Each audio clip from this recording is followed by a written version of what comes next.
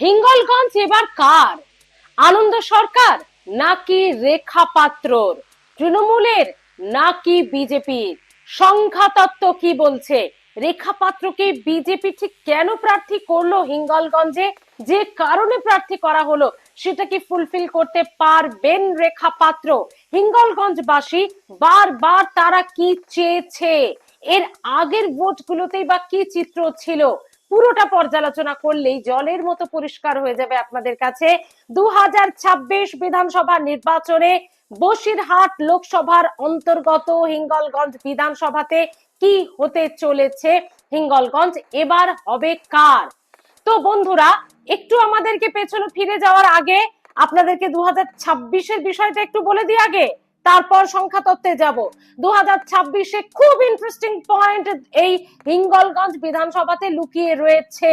কি সেটা? দুই প্রার্থী নতুন, মানে 2021-এ যারা ছিলেন তারা 2026-এ আর কেউ নেই। 2026-এ কিন্তু দুই প্রার্থী নতুন, তাদেরকে বদল করা হয়েছে।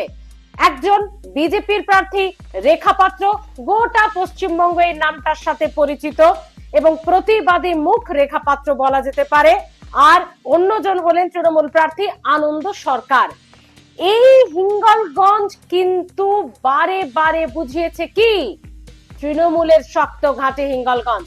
তবে 2011-তে যখন সবুজ সুনামি চলছে গোটা রাজ্যে, তখনও সিপিআই বামফ্রন্ট এখানে তাদের শক্ত ঘাঁটি বজায় রাখতে পেরেছিল, কিন্তু লড়াইটা হয়েছিল হাড্ডাহাড্ডি। তৃণমূল প্রার্থী হেরেছিলেন ঠিকই 2011-তেও এই হিঙ্গলগঞ্জে, কিন্তু একেবারে টাফ ফাইট দিয়ে মাত্র 1000 খানিক ভোটের কাছাকাছি ভোটে হেরেছিলেন তৃণমূল প্রার্থী কে? দেবেশ মন্ডল। মধুর প্রতিশোধ তিনি নিয়ে নিলেন 2016-তে। 2016-তে তিনি তাকেই হারালেন যার কাছে 2011-তে হেরেছিলেন দেবেশ মন্ডল।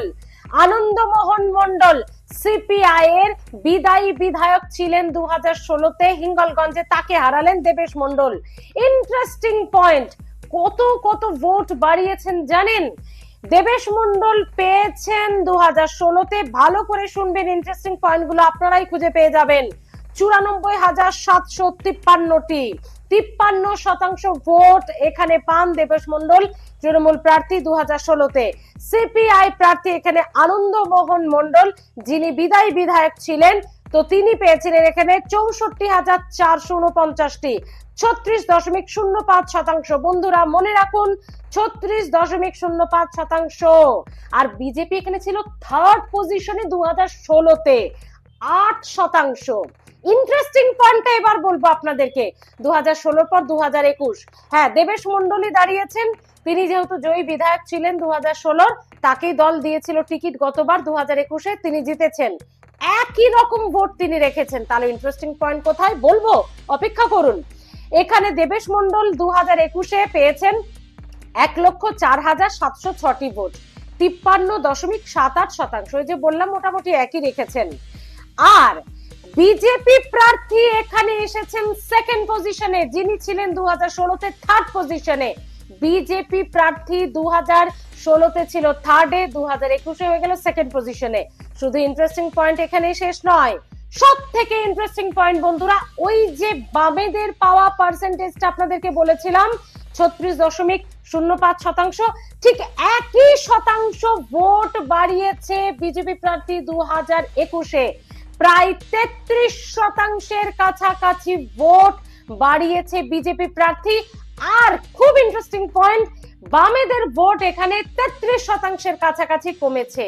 মানে ওই যে একটা তথাকথিত রাজনীতিতে এখন কথা আছে না, বামের ভোট রামে চলে যাওয়া, হিঙ্গলগঞ্জে 2016-2021 যদি আপনারা দেখেন তাহলে সত্যি এখানে বামের ভোট রামেই গেছে। এখানে যে ভোটিং পার্সেন্টেজ সিপিএম এর কমেছে, মানে বামেদের কমেছে, সিপিআই এর কমেছে, সেই ভোটিং পার্সেন্টেজটাই বাড়িয়েছে বিজেপি 2021-এ 33%-এর কাছাকাছি। ভালো করে আপনারাও মিলিয়ে নিতে পারেন। বিজেপি প্রার্থী নিমাই দাস এখানে 2021-এ পেয়েছেন 79,790টি ভোট, 40.98%, বাড়িয়েছেন 33%। সিপিআই প্রার্থী ঠিক ততটাই কমে গেছে। আর 2021-এ বললাম আপনাদেরকে রেখা পাত্র বিজেপি প্রার্থী হয়ে দাঁড়িয়েছেন আনন্দমোহন সরকার তৃণমূল প্রার্থী হয়ে দাঁড়িয়েছেন, সিপিআই এরও প্রার্থী দেওয়া হয়েছে। তারা একেবারে তলানিতে ঠেকে গেলেও তারা কিন্তু পিছু হটেনি। সঙ্গীতা মণ্ডল তিনি দাঁড়িয়েছেন সিপিআই প্রার্থী হয়ে। তো বন্ধুরা, বিজেপির এই যে জাম্পিংটা, 2016-তে 8% ভোটে ছিল বিজেপি, 2016-তে 40%-এরও বেশি ভোট পেয়েছে বিজেপি। মানে কত? 32%-এরও বেশি, 33%-এর কাছাকাছি ভোট পেয়েছে, বাড়িয়েছে বিজেপি। তো বন্ধুরা, এখানেই টুইস্টিং পয়েন্ট আছে। বসিরহাট লোকসভার অন্তর্গত হিঙ্গলগঞ্জ একটি বিধানসভা। বসিরহাট লোকসভার অন্তর্গত যে 7টি বিধানসভা রয়েছে, 7টি রয়েছে তৃণমূল কংগ্রেসের দখলে। কিন্তু 2024-এর লোকসভা নির্বাচন ওয়াইজ হিঙ্গলগঞ্জ নয়, সন্দেশখালীতে লিড নিয়েছিলেন রেখা পাত্র। অর্থাৎ প্রতিবাদী মুখের একটা প্রভাব এই বেল্টে যে রয়েছে সেটা বিজেপি নেতৃত্ব ভালো মতোই জানে। রেখা পাত্র সন্দেশখালীতে নয়, তাকে হিঙ্গলগঞ্জে প্রার্থী করেছে। ঠিক এই আশাতেই যে ফাইটটা রেখা পাত্র বসিরহাট লোকসভা নির্বাচনে দিয়েছিলেন হাজী নুরুল ইসলামের বিরুদ্ধে, সেই ফাইটটা রেখা পাত্র প্রতিবাদী মুখ হিসেবে হিঙ্গলগঞ্জে দিতে পারবেন আশা রাখছে বিজেপি নেতৃত্ব। কারণ রেখা পাত্র একেবারে ছাপোষা গৃহবধূ, মধ্যবিত্ত ঘর থেকে উঠে আসা প্রতিবাদী মুখ, জনসাধারণের মুখ, এবং যেখানে বিজেপি এই রেখা পাত্রকে তুরুপে তাস করছে কোথায়? হিঙ্গলগঞ্জের মতো হেভি ওয়েট কেন্দ্রে, যেটা তৃণমূলের শক্ত ঘাঁটি। মানে বিজেপি এখানে একাংশে বিশ্লেষকদের মতে, রাজনৈতিক সমালোচকদের মতে, বিজেপি এখানে জানে যে এটা তৃণমূলের শক্ত ঘাঁটি। রেখা পাত্র তাদের কাছে তুরুপে তাস, একটা গিমিক হাতিয়ার হতে পারে। কিরকম? তাকে দিয়ে এই হিঙ্গলগঞ্জটা, প্রতিবাদী যেহেতু মুখ, তিনি যেহেতু একেবারে গ্রাম বাংলার মানুষ, হিঙ্গলগঞ্জ যেহেতু একেবারে জেলা অধ্যুষিত একটি বিধানসভা, মানে একেবারে জেলা ওয়াইজ মানুষের আবেগ এখানে কিন্তু কাজ করে, সেই জায়গা থেকে দাঁড়িয়ে রেখা পাত্রকে দিয়ে বিজেপি চেয়েছে এখানে খানিকটা বাজিমাত করে দিতে। তো বন্ধুরা, হিঙ্গলগঞ্জ বারবার বুঝিয়ে দিয়েছে, 2011-তে তারা ছিল সিপিআই এর, 2016-তে তারা তৃণমূল কংগ্রেসের, 2021-এ তারা তৃণমূল কংগ্রেসের, 2026-এ মনে করা হচ্ছে কি তাহলে এবার টাফ ফাইট হবে নাকি? এখানে কিন্তু প্রার্থীও বদল করা হয়েছে। ভালো করে দেখুন, যেটা শুরুতেই বললাম যে খুব ইন্টারেস্টিং পয়েন্ট, দুজনেই নতুন। এখানে বিজেপি প্রার্থী তিনি রেখা পাত্র, গতবার ছিলেন এখানে নিমাই দাস, আর তৃণমূল প্রার্থী এখানে দেবেশ মণ্ডল, তিনি বিদায়ী বিধায়ক। কিন্তু আনন্দ সরকারকে দেওয়া হলো এখানে টিকিট। মানে এখানে ওই যে 74 জন বিদায়ী বিধায়ক, তাদের কাউকে টিকিট দেওয়া হয়নি। বিভিন্ন রকম কারণ, কারো বয়স হয়ে গেছে, কারো বিভিন্ন রকম স্থানীয় অভিযোগ, কারো জনসংযোগ কম, কেউ সংগঠনটা ভালো মতো করেনি, কেউ একটু গা ছাড়া মনোভাবে, সব খবর শীর্ষ নেতৃত্বের কাছে নাকি ছিল। সে কারণে 74-75 জন প্রার্থী, মানে বিদায়ী বিধায়ক, তারা টিকিট পাননি। তারা দলের অন্যান্য কাজে অবশ্যই থাকবেন, কিন্তু টিকিট পাননি। তার মধ্যে হিঙ্গলগঞ্জ কিন্তু একটা। এখানেই বিজেপি বাজিমাত করতে চাইছে যে তৃণমূলের বিদায়ী বিধায়কের এগেনস্টে যদি কোনো স্থানীয় ক্ষোভ, যেহেতু তিনি দুবারের জয়ী বিধায়ক, 11-তে টাফ ফাইট দিয়েছিলেন, মানে অনেক দিন হয়ে গেল তার এলাকায়, তো এবার কি মানুষ পরিবর্তন চাইবে?